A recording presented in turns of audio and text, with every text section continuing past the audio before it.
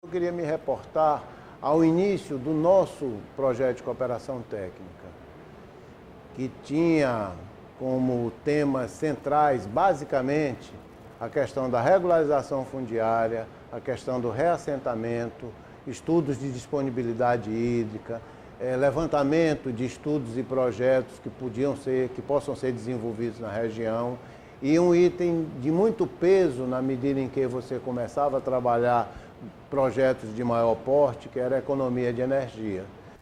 Com a mudança de governo e a entrada do governo Lula, o enfoque saiu mais dessa área e foi para a área de gestão dos recursos hídricos, em que tinha formação e capacitação das comissões gestoras, capacitação em gestão ambiental, em qualidade de água,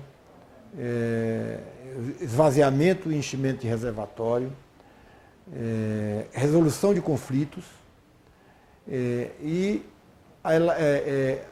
em geoprocessamento e a inclusão de uma linha de sistemas de monitoramento e controle telemétrico dos açudes.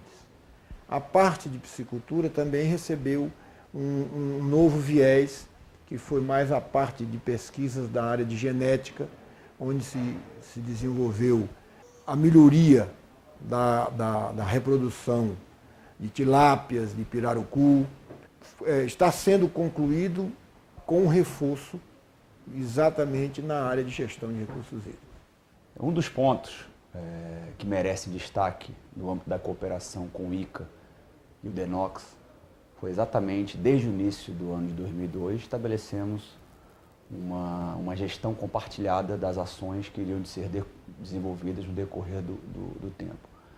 Com isso, possibilitou-se estabelecer os fluxos de trabalho, qual era a dinâmica que nós iríamos desenvolver durante toda a execução, e isso evitamos qualquer problema de descontinuidade das ações que estávamos desenvolvendo. Eu acredito que esse seja um ponto bastante relevante a se destacar e que, com certeza, contribuiu bastante para o êxito da cooperação técnica do ICA com relação ao DENOX. E essa gestão compartilhada, ela teve, como eu disse, início em 2002 e permaneceu pela toda a vigência da cooperação, independente das mudanças institucionais ocorridas, tanto do ponto de vista do DENOX como do ponto de vista do ICA. E isso foi um marco decisório para que nós tenhamos êxitos no final dessa cooperação técnica. De 2002 a 2007, durante a vigência do projeto de cooperação técnica de apoio ao fortalecimento da capacidade técnica, institucional e gerencial do DENOX, o ICA teve que se adequar às diversas alterações da legislação que rege a cooperação técnica no Brasil. Então, por exemplo, de 2002 a 2003, o PCT ele passou por um processo de prestação de serviço, mas de curta duração, onde havia apenas uma entrega de relatório de atividades, por exemplo, e em 2004 já teve a alteração que a ABC aceitou até dezembro também, como formação de um cadastro de consultores, ou seja, era uma prestação de serviço, mas tinha que haver uma participação num processo seletivo. Então, nós tivemos também, ainda em 2004, a prestação de serviço com característica eventual, Mas quando chegou 2005 e 2006, nós já tivemos que fazer uma nova adequação à legislação, sendo implantado o processo seletivo individual, ou seja, os diversos setores do DENOX encaminhavam as demandas e a partir daí era que era feito um processo seletivo individual para que consultores apresentassem produtos durante um período mais longo, poderia ser até de 1 ano. Nesse período, 2005 e 2006, a gente pode chamar que foram realizados os principais trabalhos, inclusive as capacitações, foram o início das capacitações. Quando nós chegamos em 2007, o DENOX solicitou ao IICA um apoio de forma que agilizasse esses processos seletivos. Então, passou-se a aplicar o chamado plano de trabalho.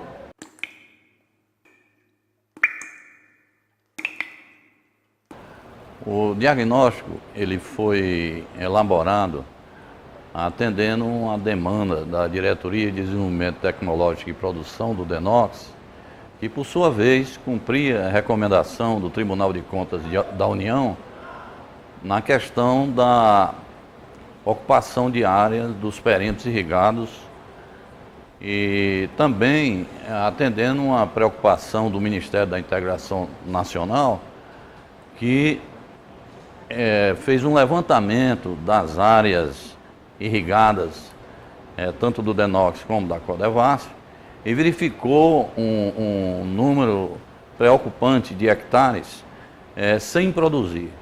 Isso fez com que a Diretoria de Desenvolvimento Tecnológico e Produção providenciasse algumas medidas para que se tomasse se desse alguma solução para esse problema. O DENOX, ele licitou algumas áreas de perímetros, tanto do Ceará, do Piauí, como também no Maranhão. Essas licitações, ela referia-se a 3 categorias de produtores, que é o pequeno produtor, o profissional da área de ciências agrícolas e o empresário.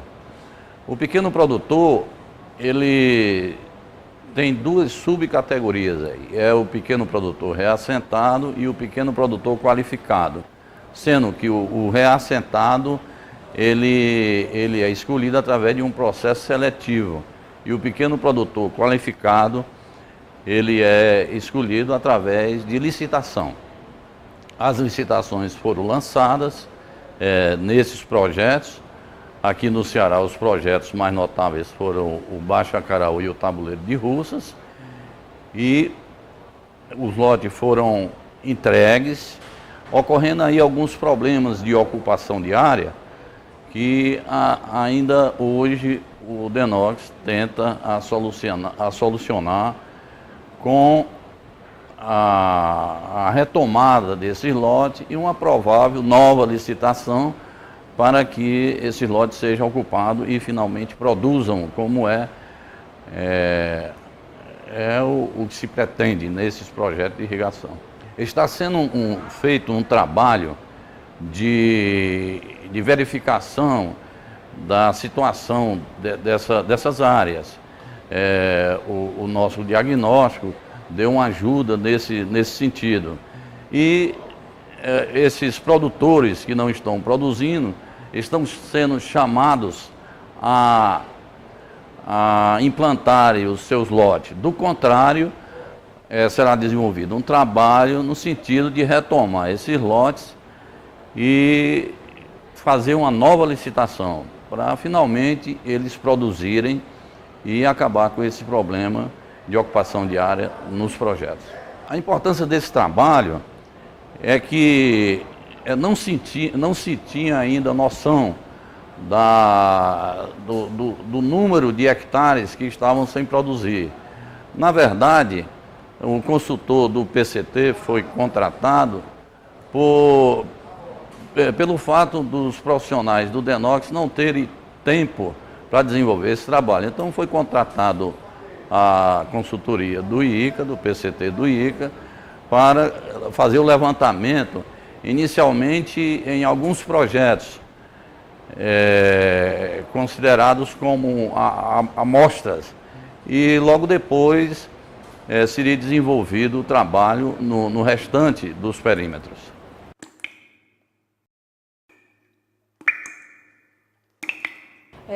O DENOX tem a competência de executar o zoneamento ecológico econômico no âmbito estadual e em 2006, aproveitando essa parceria DENOX e ICA, nós resolvemos trabalhar o zoneamento ecológico econômico do Núcleo de Desertificação de Gil-Boés através do PCT do ICA, considerado uma instituição que já tem larga experiência no assunto e que poderia muito contribuir com uma metodologia que unificasse o Programa de Zoneamento Ecológico Econômico de Gil-Boés com um programa de desertificação que está em andamento no governo federal também.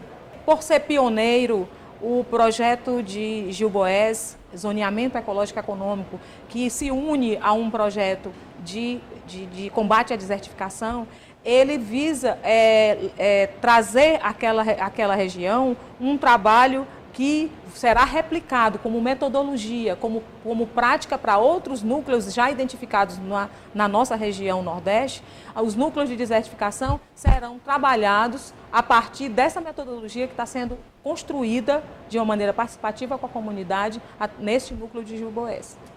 Então, o nosso interesse é que a população participe consciente e que possa contribuir com o gerenciamento desses recursos hídricos que estão acumulados no Nordeste. Neste momento, gostaria de ressaltar a importância do IICA, da parceria IICA-DENOX, e veio também a contribuir o Instituto Nacional de Pesquisas Espaciais, o INPE, que participou com a tecnologia do geoprocessamento nessa área e que o DENOX se uniu ao Brotar para trabalhar a questão de oficinas, de trabalho com a comunidade. Gil-Boés e Monte Alegre são os dois municípios que foram envolvidos para o trabalho de zoneamento ecológico econômico.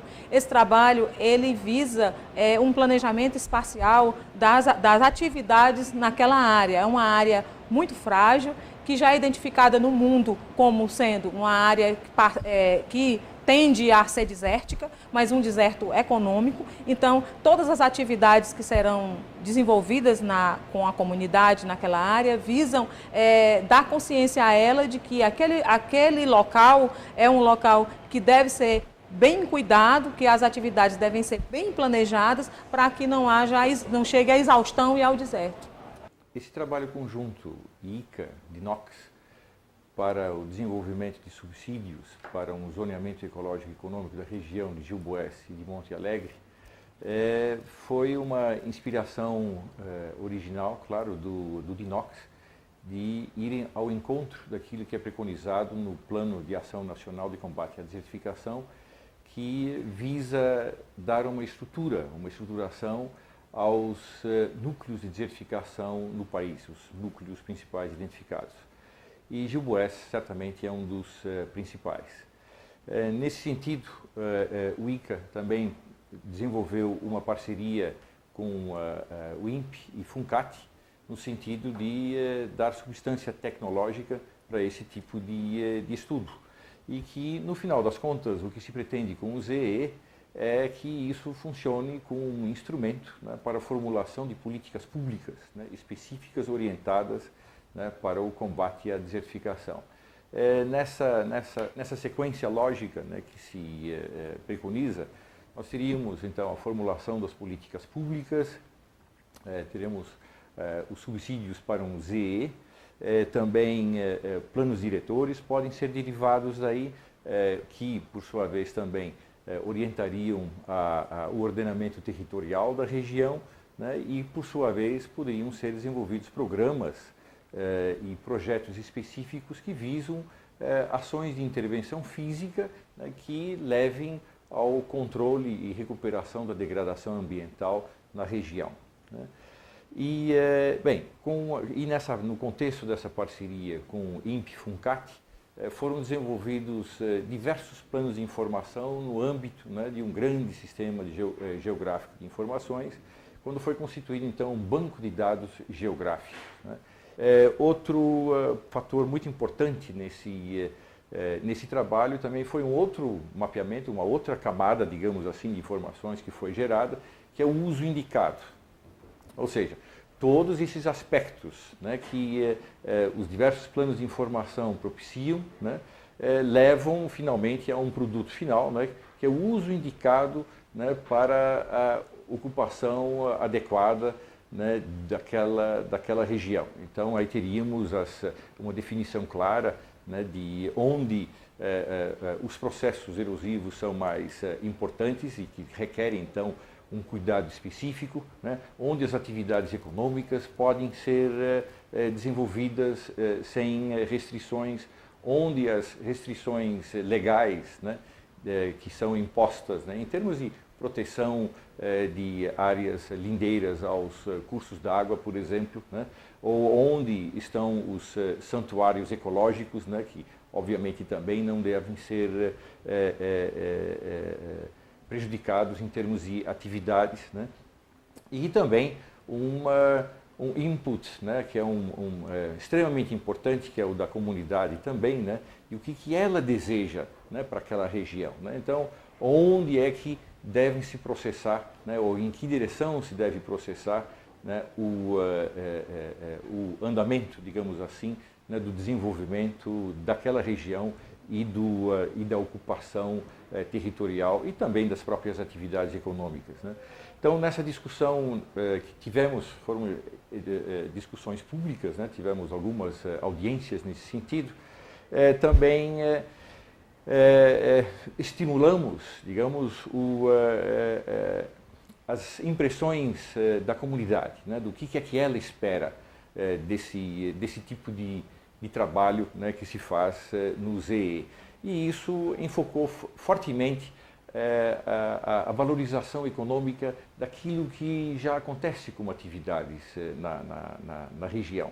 Promovemos também, e isso foi muito bem acatado, né, e recebido pelo DINOX, diversos seminários, né, que permitiram a introdução, a apresentação de metodologias e de tecnologias extremamente simplificadas, né, que valorizaram, de fato, né, as atividades que já vinham correntemente sendo executadas, mas que contém agora, né, também um elemento, né, que contribui para a preservação e conservação do meio ambiente, né?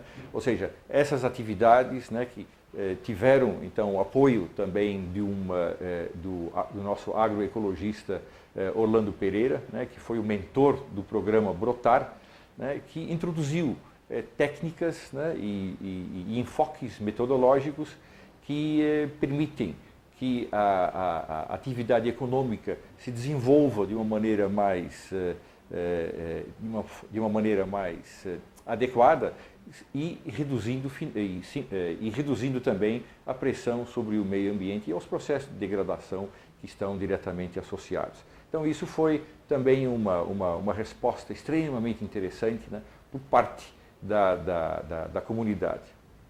Como resultados ainda do estudo, né, desses subsídios com o INPE, também foi possível caracterizar a real dimensão, né, do processo de desertificação de Gilboés e da região, dando também uma conotação mais em termos de superfície, né, o que é que isso significa de fato. E sempre lidamos com números, né, que não tinham uma fundamentação técnica científica, o que esse estudo agora sim pôde propiciar. E isso certamente vai fazer com que uma série de conceitos e de estigmas também que existiam em relação ao processo de desertificação sejam revisados, né, e sejam colocados de fato, né, da maneira como a realidade de fato expressa, né, só que com fundamentos técnicos científicos. Da mesma maneira também foi extremamente importante, né, a participação de outras instituições nesse processo, a Universidade Federal, né, do Piauí, né, que também esteve dentro desse processo de discussão, no Ministério de Meio Ambiente, também a área, né, que é responsável pelo Programa Nacional de Zoneamentos Ecológicos e Econômicos, também o setor dentro do Ministério do Meio Ambiente que trata da temática de combate à desertificação, né, que está localizado dentro da Secretaria atual, né, de combate à desertificação, extrativismo e de desenvolvimento rural sustentável, onde está a diretoria, né, de combate à desertificação atualmente, e que também tem e trata, né, de manter em conjunto, né, essa articulação institucional para melhor, né, enfocar a questão de combate à desertificação como um todo, né.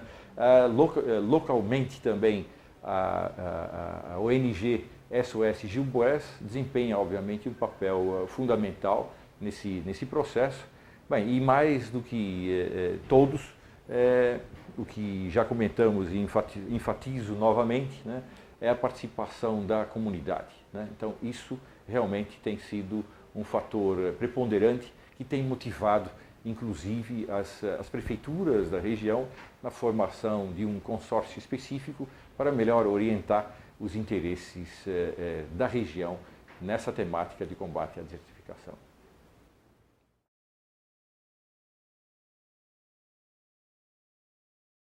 O início desse trabalho, o DENOX, de implantação de comissão gestora, foi devido à Política Nacional de Recursos Hídricos, que determina que a água é um bem de domínio público, né?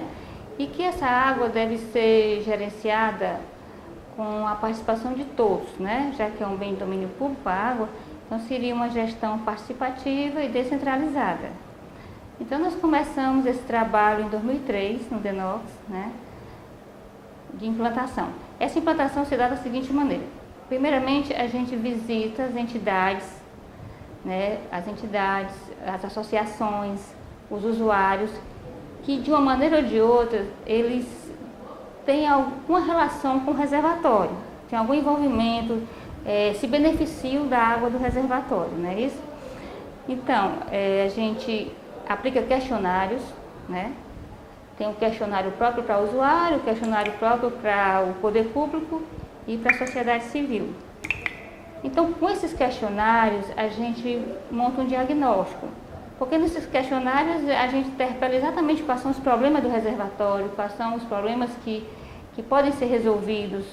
Porque no questionário eles citam os problemas e eles dão sugestões também, né, para resolver esses problemas. Esse diagnóstico ele nos ajudou muito. Por quê? Porque nós visitamos entidade por entidade, porque na realidade a gente trabalha com a entidade, né?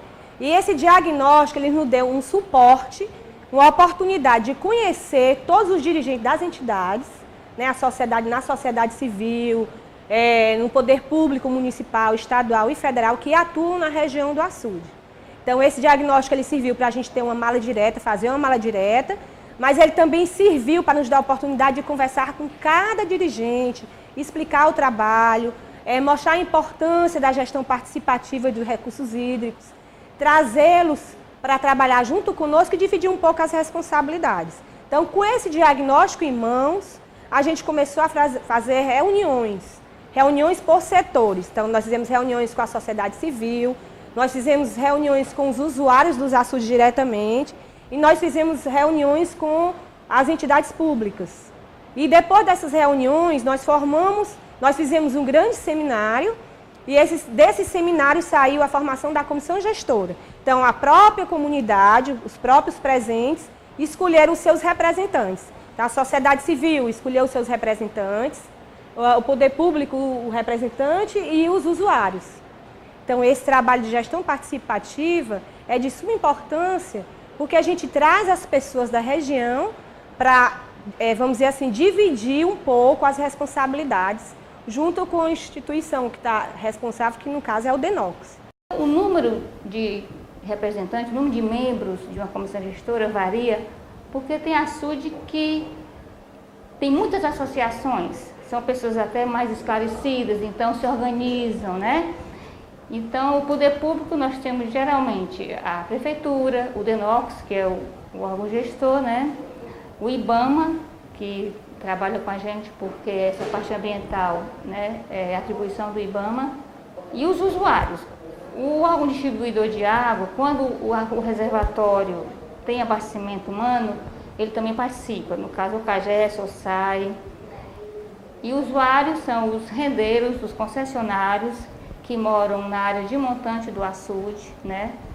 Eles também têm representatividade na comissão, e os pescadores. E também os usuários de jusante, porque tem açude que se libera água a jusante para irrigação e para dessedentação de animais também, né? Então também tem representante dessa área de jusante. O DENOX legitima, né, essa comissão através de uma portaria. Então, com essa portaria, a gente faz uma reunião para dar posse à comissão. Então, a comissão é empossada e aí começam os trabalhos. E, geralmente, para iniciar esses trabalhos, o DENOX, juntamente com o ICA, né, no caso da implantação dessas comissões, ele oferece capacitações. Quando se faz o questionário, quando se aplica o questionário, eles dão sugestões do que é que eles necessitam. E a gente, baseado nessas necessidades, a gente, juntamente com o ICA, fez essas capacitações. A capacitação, ela é fundamental para garantir o processo da gestão participativa, porque significa mais do que uma educação escolar, não é? Quer dizer, é uma educação política. Então, daí e uma capacitação feita de pessoas, com um grupo de pessoas, com formação escolar, de origens tão diversas, ela precisa ser mais intensificada. Cada comissão gestora foi capacitada. Nós escolhemos exatamente um planejamento estratégico. Por quê? Porque eles já tinham conhecimento da realidade. Cada membro, ele recebia um resumo do diagnóstico. Então, como transformar aqueles problemas em soluções? E a demanda que a comissão levantou no início, a partir do incentivo do próprio DENOX, foi bastante consistente, né? Foram 18 pontos, né, críticos que foram levantados para serem trabalhados.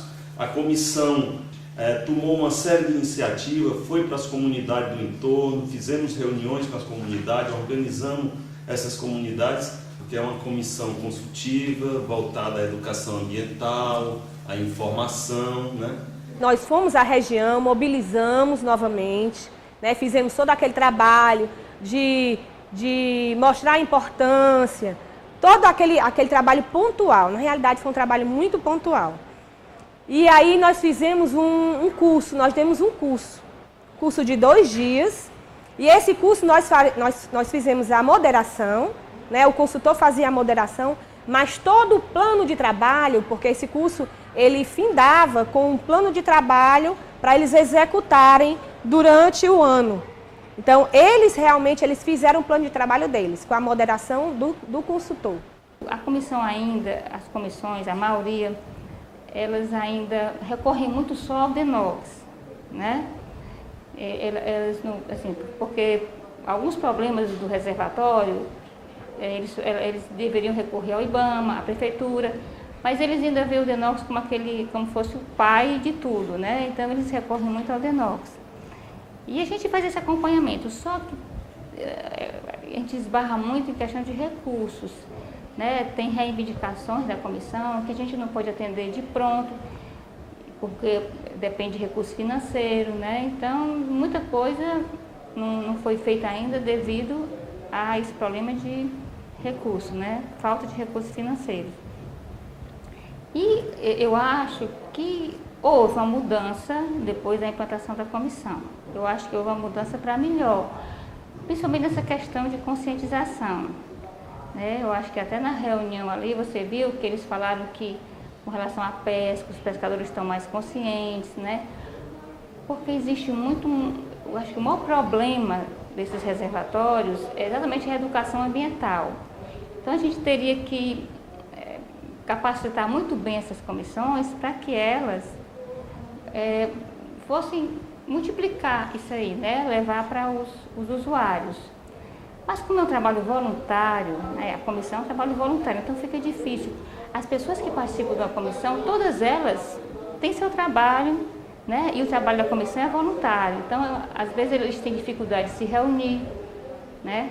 Eles têm dificuldade de sair do trabalho para se reunir, para fazer o trabalho da comissão, né? Eles já estão realmente exercendo um dos papéis da comissão gestora, que é o gerenciamento da água.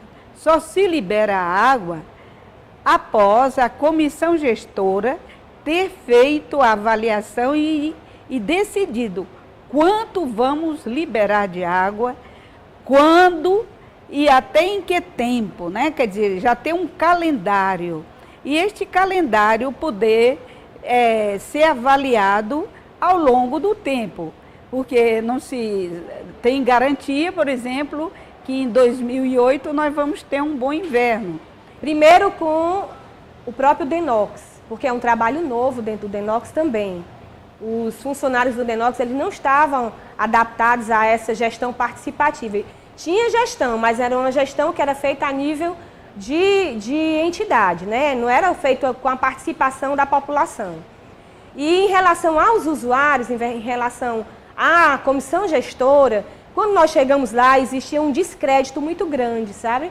Existia também muitas percas por conta dos produtores rurais. Existia uma liberação de água, essa água invadia a plantação deles e eles perdiam tudo. Então, com essa comissão gestora, existe agora um trabalho que é feito, que a gente chama alocação negociada de água. A gente chama a comissão gestora, junta com o órgão, que é o DENOX, para discutir quanto é que vai ser liberado de água, quanto é que eles precisam e quanto precisa ser liberado de água por parte do açude, do DENOX. Entendeu? Para que não exista, para que pelo menos diminua um pouco esse desperdício e essa perda dos produtores rurais que eles precisam da produção deles, né?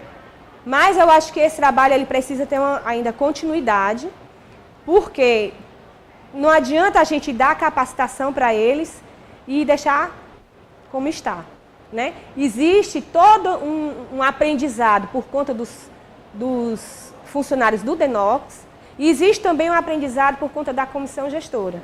Então, se não tiver uma continuidade, com certeza vai parar o trabalho, porque eles não estão ainda acostumados com isso. É novo para eles. Apesar de fazer algum tempo que a gente vem trabalhando com isso, mas é muito novo. Mudar a percepção, mudar o modo das pessoas viverem é muito difícil. É uma coisa que acontece a longo prazo. 4 anos não é nada para mudar a forma das pessoas verem e o que estão vivendo, né? Eu acho que houve melhoria, sim, em questão de conscientização. Várias reivindicações que eles fizeram, nós já atendemos, eu estou falando isso em nome do DENOX. Né? Muitas delas já pediram redemarcação dos lotes, dos açudes. Em muitos açudes já foi feito esse trabalho. Né? Até onde o DENOX pôde atender, já atendeu. Mas eles sempre nas reuniões, eles batem nisso aí, né? Eles reclamam que eles reivindicam, eles mandam documento e não há o retorno.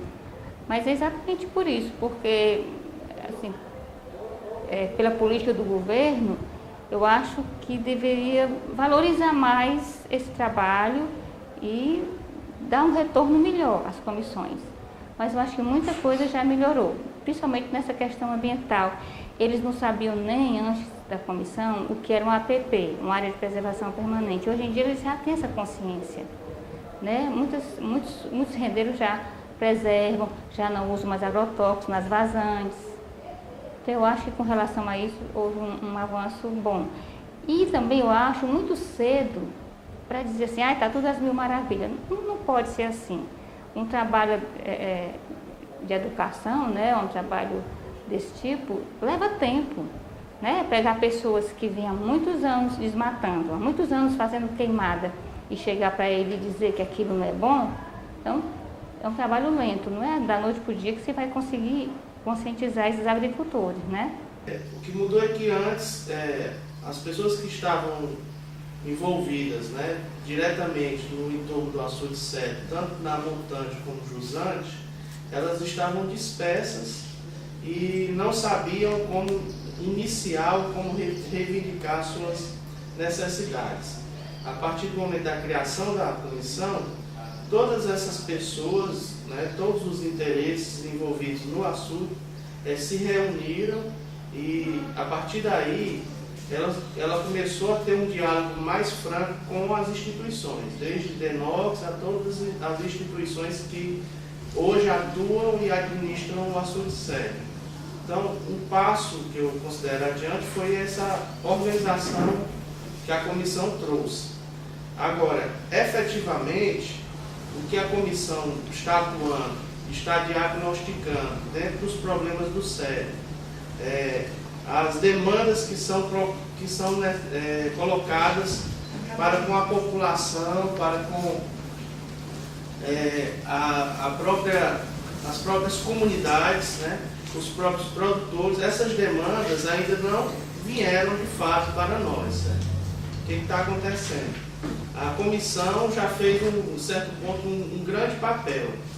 Ela diagnosticou os principais problemas que foram elencados em número de 20 grandes problemas que existem hoje no açude sede, certo? Esse diagnóstico fez com que a gente soubesse com realidade de quais os órgãos que são competentes para a resolução desses problemas. A comissão atuou de forma a articular com todos esses órgãos, no envio de ofícios, no envio de solicitações, no envio de convites para vir visitar em loco os problemas, mas efetivamente nós ainda não tivemos a resposta dos órgãos que atuam aqui, né? Que no caso os órgãos são, além do DENOX, que é o órgão direto que administra, mas nós temos o IFAM, nós temos a Procuradoria que na questão da pesca, a Secretaria da Pesca, nós temos o IBAMA, enfim, nós temos aí um número considerável de órgãos que atuam aqui no açude sede e que foi colocado para ele uma demanda, uma necessidade de atuação, de vir perceber os problemas e, mais do que isso, solucionar os problemas, e até agora nós estamos esperando.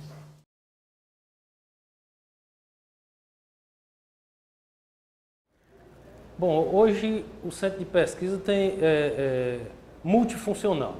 Tem o nome básico de Centro de Pesquisa, mas funciona com 3 linhas básicas de trabalho, que são as linhas de pesquisa, propriamente dita, a linha de fomento e a linha de extensão. Com relação à parte de extensão, é onde reside efetivamente a maior importância do trabalho dos consultores do IICA, aqui junto ao Centro de Pesquisa. A transformação desse trabalho de pesquisa que é feito aqui em instrumentos efetivos para serem usados pelos piscicultores do Nordeste, nesse setor é onde tem atuado mais efetivamente o pessoal de consultoria aqui do IICA. Então, os trabalhos feitos aqui nas áreas correlatas dos 2 consultores que nós tivemos aqui no decorrer desses últimos 3 anos, tem se refletido muito diretamente na eficiência das pisciculturas que estão cercando aqui o nosso centro de pesquisa e até de regiões mais distantes. E também, esses conhecimentos científicos gerados ou adaptados aqui no centro, têm como um vetor importantíssimo, até para as nossas próprias estações de piscicultura também, do próprio DENOX, o pessoal do IICA levando esse conhecimento e fazendo com que esse conhecimento se torne uma coisa prática também dentro das estações de piscicultura. E assim difundindo as tecnologias e colocando-as à disposição da nossa própria instituição e que, em última análise, vai ser utilizada também pelos produtores de peixes aqui na região nordeste do Brasil. E uma outra questão que a gente pretende debater e pretende buscar também é a questão que, para nós aqui da região nordeste, é uma questão fundamental, que é a do reuso de água. Então, nós temos também aqui, como DENOX, como centro de pesquisa, apesar de nós termos disponibilidade de água, mas nós não podemos entregar tecnologias às pessoas, às populações, com desperdício d'água. Então é fundamental que a gente tenha também aqui projetos que desenvolvam atividades onde se economiza água. Aqui no Nordeste, de um modo geral, a gente é obrigado a fazer água para depois fazer piscicultura. Mas a gente tem que fazer água e fazer também metodologias de economia d'água e de reuso de água. E na área de piscicultura, a gente sabe que isso é possível e nós temos que desenvolver essas tecnologias e repassá-las também aos produtores para que a gente possa fazer uma coisa mais eficiente, mais econômica do ponto de vista de consumo d'água. Há um tipo de qualidade de água que você tem que ter um padrão onde você pode criar o peixe, certo? Então, esse tipo de água, você tem uma série de procedimentos técnicos que permitem que uma determinada água, que não seja 100% pura, ela possa ser utilizada na produção de alevinos e de peixes, no desenvolvimento com uma razoável segurança de que o peixe não vai ter problemas quando é consumido pela população. As capacitações sobre o produto em questão, racionalização do uso da água nas estações, primeiro o trabalho como um todo, né? O objetivo do trabalho foi visualizar, né, entender como acontece, como é feito o uso da água, né, esse uso da água nas estações, tá? Passar para os funcionários e técnicos, né, e algumas pessoas da comunidade em geral, as novas formas de racionalização e até de reuso dessa água, né? Mas primeiro a gente passou nas 5 estações do DENOX, localizadas nos municípios de Sobral, tá? A estação do Jaibaras, no município de Pentecoste, o Centro de Pesquisa em Aquicultura, Rodolfo Onieri, no município de Maranguape, a estação de Amanari, tá? Depois a estação do Castanhão em Nova Jaguaribara e, por fim, a estação de Lima Campos, lá no município de Icó, tá? Então, o que foi feito? Primeiro, entender como acontecia o manejo, né? O manejo geral dos peixes e tudo mais. Depois, fazer uma caracterização da estrutura física da estação, né? Que aquela disponibilidade tinha, né? Em termos de viveiros, tanques, né? Ou algumas barragens. E como essa água era captada, tá? O uso dela, como era feito, né? E a partir daí, dentro dessa realidade, montar uma parte do produto, tá certo? Daí então, conhecendo as estações melhor, né? A gente já tinha uma visão de como sugerir um novo manejo para aquelas estações, né? De qualidade de água. Então, daí então foram feitas as capacitações, tá? Em cima dessa realidade já traçada previamente, e passou-se a ouvir, né, também os funcionários. Então, a cada capacitação eram reunidos os funcionários da estação como um todo, e no caso do centro de pesquisa, o que acontecia é que, devido ao volume de estudantes que existente no centro, né, e algumas pessoas da comunidade, sempre, de outras pisciculturas, sempre fazendo estágio, alguma coisa, essas pessoas também eram incluídas na capacitação. Agora, o foco maior, lógico, que eram os funcionários e técnicos do DENOX. Até porque o ICA entra com essa capacitação, né, a importância, devido à falta de técnicos que o DENOX passa atualmente, e o ICA entra com essa colaboração, tá, com as capacitações. Então, a partir daí, foram feitas as capacitações e ouvido também, né, ouvidas as intervenções das pessoas de cada estação, podendo entender o que é que se passa, entender as sugestões, né, porque dentro daquilo, de quem conhece a realidade, fica bem mais fácil juntar as peças e traçar um modelo para o DENOX desenvolver a questão do reuso da água, muito discutida atualmente e de fundamental importância, visto que a aquicultura é também considerada uma atividade com potencial razoável em questão da poluição, né? Tá certo? Então, como os corpos d'água são primordialmente, né, destinados ao consumo humano, a aquicultura não pode contribuir negativamente, certo? Com a poluição. Outro fato também é que, por essas estações estarem enquadradas, né, dentro de uma região nordeste, carente de água e tudo, o reuso da água entra fundamentalmente, né, deve ser feito para aproveitar aquela água que seria lançada em rios, né, ou até mesmo voltando para açudes, numa melhor condição possível. E a água captada com esse reuso, a água requerida ser a menor possível, dependendo da quantidade da reciclagem que você fizer com essa água. Existem estações do DENOX que estão localizadas próximo a açudes, em que o consumo de água é muito grande, certo? E o próprio açude demora a ficar com o nível máximo de água, certo? Então, o que é que acontece? Essa estação, no caso, a estação de Amanari, por 2 vezes já teve que serem retirados todos os peixes, transportados para as outras estações, porque o açude estava com nível muito baixo. Então, é de fundamental importância que essa unidade, né, tenha um projeto voltado urgentemente para a questão do reuso, visto que também existem outras atividades, como a irrigação, com alto consumo de água, que vem do açude e que conflita, né,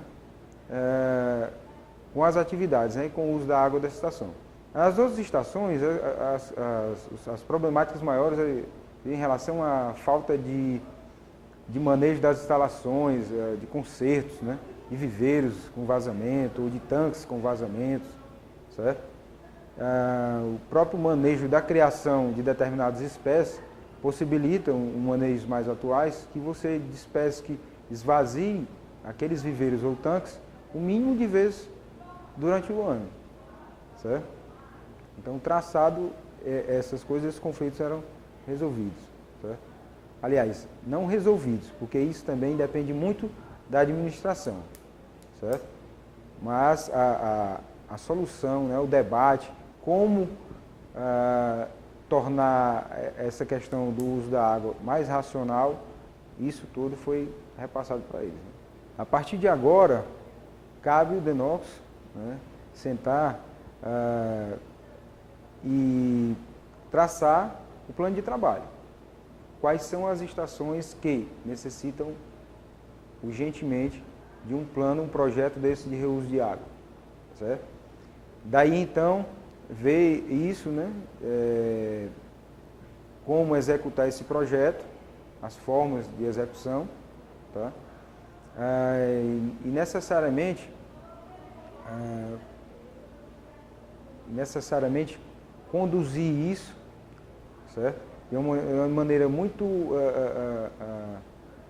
aliás, é uma maneira mais rápida, né, porque a questão da falta de água, né, é urgente. E a partir daí o DENOX, com esse plano de trabalho, vendo as estações, né, as principais, e indo paulativamente, né, fazendo a remodelagem das estações. Sabe-se que o pirarucu é um peixe naturalmente um carnívoro, um especialista, é um top de linha no grupo dos predadores de peixe de água doce, de peixes e de animais de água doce, porque ele também é insetivo. E o nosso trabalho aqui é fazer a adaptação desse peixe nas suas idades tenras e transformá-lo num consumidor de ração industrial. Então, esse processamento é um processamento que nós estamos desenvolvendo aqui com grande apoio do pessoal do IICA, em que foi possível fazer a identificação precoce de sexo desses animais porque a vista mesmo só se consegue depois, quando ele já está na idade de reprodução, que é uma idade de 5 anos. 5 anos, 60 quilos de peso. E aí a gente poderia perder muito tempo nesse sentido. Então, com a identificação precoce do sexo desses animais, é possível a gente formar plantéis e conseguir o acasalamento deles na época correta e conseguir a produção de alevinos em escala maior. Hoje, por exemplo, nós temos cerca de 50 casais prontos para começar a reproduzir e a gente acha que nesse ano que vem, ano de 2008, a gente vai obter uma produção significativa. O trabalho, então, será de treinar esses animais que nascerem em incubadoras a aprender a comer ração. Então, é um treinamento que dura cerca de 2 meses. Então, os animais são colocados em incubadoras, são alimentados, em princípio, com zooplâncton, e depois o zooplâncton é misturado com rações em pequena escala, e na medida que o tempo vai passando, a gente vai diminuindo a quantidade de zooplâncton e aumentando a quantidade de ração. Em cerca de 2 meses, esses animais estarão treinados para serem criados em cativeiro. Dessa forma, eles poderão ser levados daqui para as propriedades, e nas propriedades, dentro de 1 ano, esses animais com cerca de 100, 150 gramas chegarão, no final de 1 ano, a 10 kg de peso, com a conversão alimentar de 2 kg de ração para 1 kg de peixe, e com um custo de produção em torno de R$ 4,00, até no máximo R$ 5,00 por quilo, e aí eles serem vendidos no mercado que paga cerca de entre R$ 7 e R$ 10,00 o quilo de peso vivo do pirarucu. Então, do ponto de vista econômico, é uma perspectiva muito boa que a gente vê que é possível a gente conseguir aqui com esse peixe aqui na região Nordeste. Gostaria de enfatizar o apoio importante, tanto de conhecimento técnico-científico, como da ação propriamente dita dos consultores, que eu sei que isso não é bem o que é proposto, mas o pessoal que veio para cá realmente é um pessoal engajado e que não se contenta em ficar só olhando e dando consultoria sobre assunto tal, e sugerindo nada. Eles vão com a mão na massa mesmo e participam mesmo do processo produtivo aqui. Haja visto, quem viu o vídeo vai sentir que a produtividade que a gente tem aqui com relação às tilápias, por exemplo, é alguma coisa marcante, onde a gente consegue produzir cerca de 100 mil pós-larvas de tilápia dia, dentro de uma repartição pública, num sistema duríssimo, mas a gente conseguiu, com o apoio do pessoal do IICA, formatar um modelo de produção que já está sendo, não vai ser, mas já está sendo copiado por nossas estações de piscicultura e com a perspectiva de passar também essa informação para produtores privados de tilápia.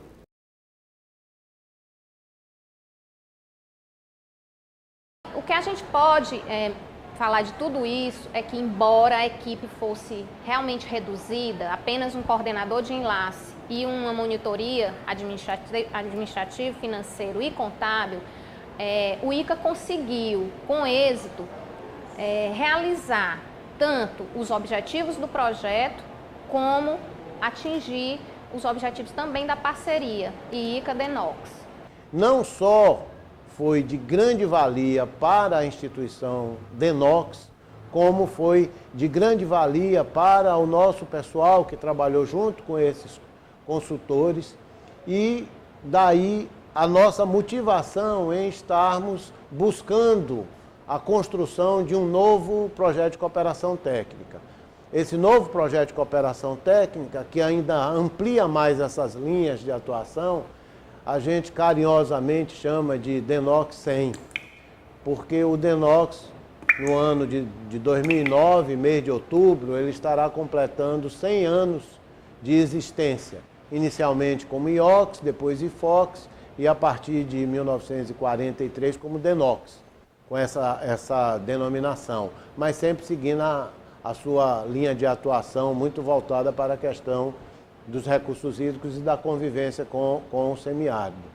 Esse trabalho nós estamos encarando, inclusive, de uma forma extremamente participativa, na medida em que esse novo PCT está sendo construído, tanto com a participação de consultores, como a participação de pessoas da casa envolvidas diretamente com esse tipo de trabalho, como queremos também envolver nessa discussão clientelas nossas que são os usuários de água, seja para a aquicultura, seja para a agricultura, seja para o consumo urbano, que na verdade hoje o DENOX é um grande fornecedor de água para até mesmo regiões metropolitanas, como é o caso de Fortaleza, cidade de porte médio, como é o caso de Caruaru, em Pernambuco, com adutoras regionais, mas continua a manter a sua política de fortalecimento da infraestrutura hídrica.